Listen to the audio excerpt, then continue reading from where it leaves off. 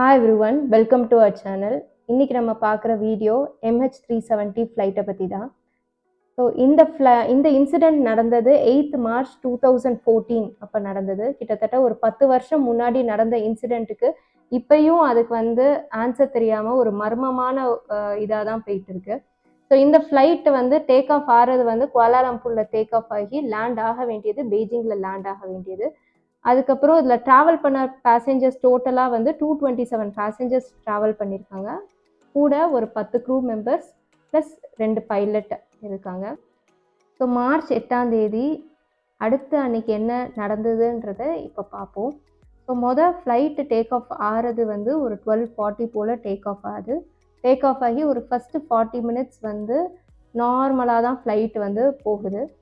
அடுத்து என்ன நடந்தது அப்படின்றது தான் இப்போ வர ஒரு மிஸ்ட்ரியாக இருக்குது. ஸோ ஃப்ளைட் 119 போல் கடைசியாக ஒரு ஏர் டிராஃபிக் கண்ட்ரோலரோட காண்டாக்டில் இருக்காங்க. அப்புறம் ஒரு 122 அப்படின்ற டைமில் ரேடார் இதுலேருந்து மிஸ் ஆகுது. அதாவது அந்த சிக்னல் டோட்டலாகவே கிடைக்கல. அது மேபி அந்த டிரான்ஸ்பாண்டரை இன்டென்ஷனாகவே ஆஃப் பண்ணியிருக்கலாம். ஸோ தட் ரேடாரில் டிடெக்ட் ஆகாமல் போயிருக்கலாம் அப்படின்றத சொல்கிறாங்க. அப்புறம் அந்த ஸோ இங்கே ரேடார் இது என்னதான் டிடெக்ட் ஆகலைனாலும் மிலிட்ரி ரேடாரில் அடுத்து கண்டுபிடிக்கிறாங்க. ஃப்ளைட் டுவர்ட்ஸ் அந்தமான் போயிட்டுருக்கிறதா கண்டுபிடிக்கிறாங்க.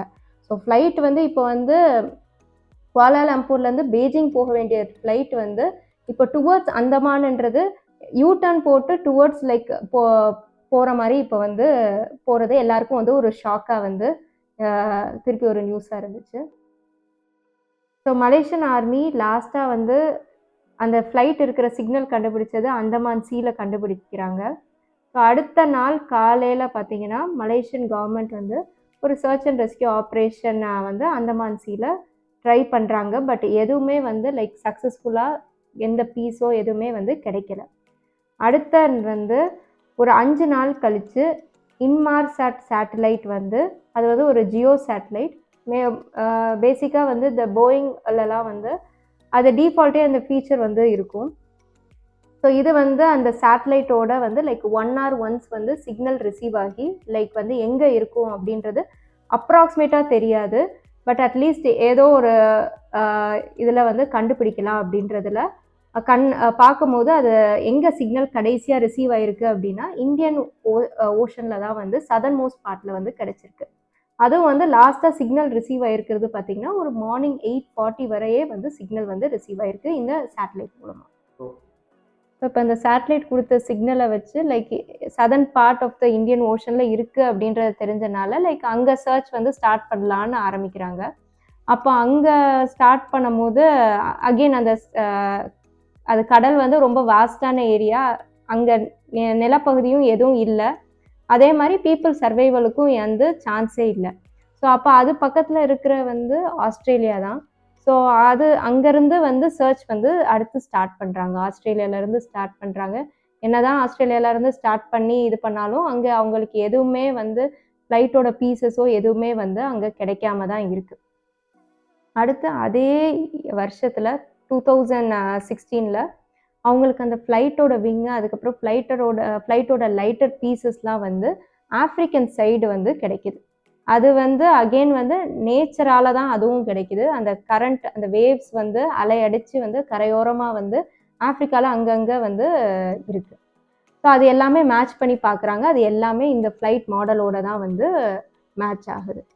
அப்புறம் திருப்பி இந்த ஃப்ளைட் பீசஸ் வச்சு ஏதாவது ஃபர்தராக கண்டினியூ பண்ண முடியுமா அப்படின்றத ட்ரை பண்ணுறாங்க. பட் எதுவுமே அவங்களால எதுவுமே சக்ஸஸ்ஃபுல்லாக அடுத்து கண்டினியூ பண்ண முடியல. அப்புறம் 2018 சரி இதை டோட்டலாகவே கிவ் அப் பண்ணிடலாம். பிகாஸ் இதில் அவ்வளோ எக்ஸ்பென்சிவாகவும் இருக்குது. அதுக்கப்புறம் அத்தனை கண்ட்ரீஸும் இன்வால்வ் ஆகிருக்கிறனால இதை டோட்டலாக கிவ் அப் பண்ணிடலான்னு விட்டுறாப்போம். ஸோ இந்த மிஸ்ட்ரியாக இந்த இன்சிடெண்ட் என்ன எதனால் நடந்திருக்கும் அப்படின்னு சொல்லிட்டு ஒரு 3 ரீசன்ஸ் சம் அப் பண்ணுறாங்க. ஸோ ஃபஸ்ட்டு ரீசன் என்ன அப்படின்றத பார்த்தீங்கன்னா, ஒருவேளை பைலட்டே சூசைட் அட்டெம்ப்ட் மேபி ட்ரை பண்ணியிருக்கலாம். அவர் ஒருவேளை மென்டல் ஸ்டேட் டிஸ்டர்ப்டாக இருந்து அவர் ட்ரை பண்ணியிருப்பாரோ அப்படின்றது ஒரு கொஸ்டினாக சொல்கிறாங்க. அது என்ன இதுனா லைக் அந்த ஃப்ளைட் வந்து ரேடார் மூலமாக டிடெக்ட் ஆக வேண்டியது ஆஃப்டர் 40 மினிட்ஸ்க்கு அப்புறம் அந்த டிடெக்ஷன் வந்து எதனால் போயிருக்குன்னா அந்த டிரான்ஸ்பாண்டர் வந்து ஆஃப் பண்ணியிருக்காங்க. அது வந்து இன்டென்ஷனலாக தான் ஆஃப் பண்ணியிருக்காங்க. அது வந்து பைலட் கிட்ட மட்டும்தான் அந்த கண்ட்ரோல் இருக்கும். ஸோ ஒருவேளை இவர் வந்து ஆஃப் பண்ணிட்டு அதுக்கப்புறம் வந்து யூடர்ன் போட்டு திருப்பி இந்த சைடு கொண்டு வந்திருக்காரோ அப்படின்னு சொல்லிட்டு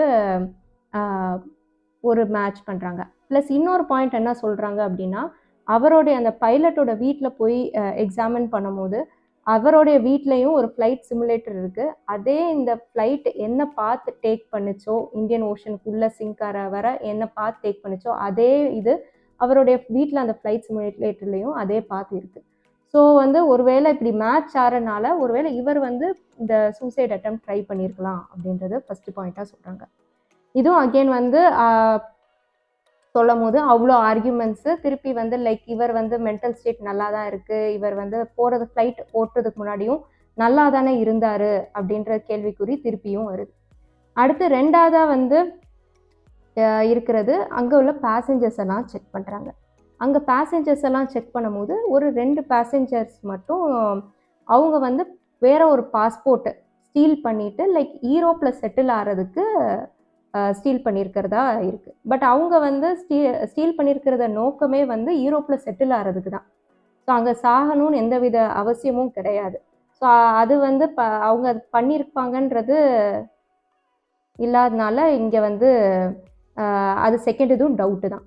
அப்புறம் மூணாவது இது என்ன சொல்கிறாங்க அப்படின்னா லைக் அந்த ஃப்ளைட்டில் இன்க்ளூடிங் பேசஞ்சர்ஸ் பைலட் எல்லாருமே வந்து ஒருவேளை ஆக்சிஜன் சப்ளை இல்லாமல் ஒரு ப்ரீத்லெஸ்னஸை உண்டாகி இறந்துருக்கலாம் அப்படின்னு சொல்கிறாங்க. ஸோ அந்த பைலட்டுமே சரி ஒருவேளை ஆக்சிஜன் சப்ளை இல்லாமல் ஃப்ளைட் டைரெக்டாகவே வந்து ஆட்டோ பைலட் மோடுக்கு போய் அந்த தீ பிடிச்சு எரிஞ்சு டைரெக்டாக அது வந்து ஃபியூவல் போகிற வர ஒருவேளை ஃப்ளைட் ஓடி கடைசியில் இந்தியன் ஓஷனில் சிங்க் ஆகிருக்குமோ அப்படின்னு சொல்லிட்டு இந்த மாதிரி ஒரு 3 ரீசன் சொல்கிறாங்க.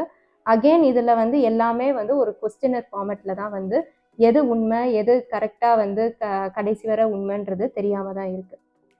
ஸோ இப்போ உள்ள கரண்ட் சிச்சுவேஷன் என்னன்னு பார்த்தீங்கன்னா அண்டர் வாட்டர் ஹைட்ரோஃபோன்ஸ் அப்படின்றது ஒரு ஆல்ரெடி வந்து இன்ஸ்டால் பண்ணி வச்சுருக்காங்க. ஒரு 2 இடத்துல இன்ஸ்டால் பண்ணியிருக்காங்க. ஒன்று பிரிட்டிஷ் ஐலாண்ட் சைடும் இன்னொன்று வந்து ஆஸ்திரேலியா, இந்த 2 இடத்துல இருக்குது. ஸோ இந்த அண்டர் வாட்டர் ஹைட்ரோஃபோன்ஸ் ஆக்சுவலாக இன்ஸ்டால் பண்ணியிருக்கிறது எதுக்குன்னா இந்த கடல் சைடில் வந்து நியூக்ளியர் பாம்ஸ் ஏதாவது போட்டால் அதை கண்டுபிடிக்கிறதுக்கு தான் இது ஆக்சுவலாக வந்து இன்ஸ்டால் பண்ணியிருக்கிறது. ஸோ அந்த ஹைட்ரோஃபோன்ஸ் மூலமாக வந்து லைக் ஒரு 6 செகண்ட் வந்து ஒரு சிக்னல் வந்து டிடெக்ட் ஆகிருக்கு. எப்போனா அந்த இன்சிடென்ட் ஃப்ளைட் கிராஷ் ஆன அதே நாள் வந்து அந்த 6 செகண்ட் வந்து சிக்னல் வந்து டிடெக்ட் ஆகிருக்கு. பட் அகெயின் வந்து அந்த ஏர்கிராஃப்டோடதா அப்படின்றது வந்து அது இன்னும் கன்ஃபர்மேஷன்லாம் இன்னும் வரலை. அப்புறம் வந்து இப்போ அதை ஃபர்தராக வந்து இப்போ வந்து கிரெனைட் பாம்ஸ் மூலமாக வந்து லைக் அந்த பாம்ஸ் போட்டு ரிட்டன் சிக்னல்ஸ் வந்து எதுவும் வந்து கிடைக்குதா நம்மளுக்கு அப்படின்றது அந்த ஏரியாவில் போட்டு டிடெக்ட் ஆகுதா அப்படின்றத பார்க்கலான்றது இருக்காங்க. ஸோ சப்போஸ் இதை ஃபர்தராக கண்டினியூ பண்ணி லைக் வந்து பிளாக் பாக்ஸ் ஏதாவது கிடைச்சிச்சு அப்படின்னா இந்த மிஸ்ட்ரிக்கு கண்டிப்பாக ஒரு ஆன்சர் கிடைக்கும் அப்படின்றத நம்புகிறேன். ஸோ இந்த வீடியோ உங்களுக்கு பிடிச்சிருந்தா கண்டிப்பாக லைக், ஷேர் அண்ட் சப்ஸ்கிரைப் பண்ணுங்கள்.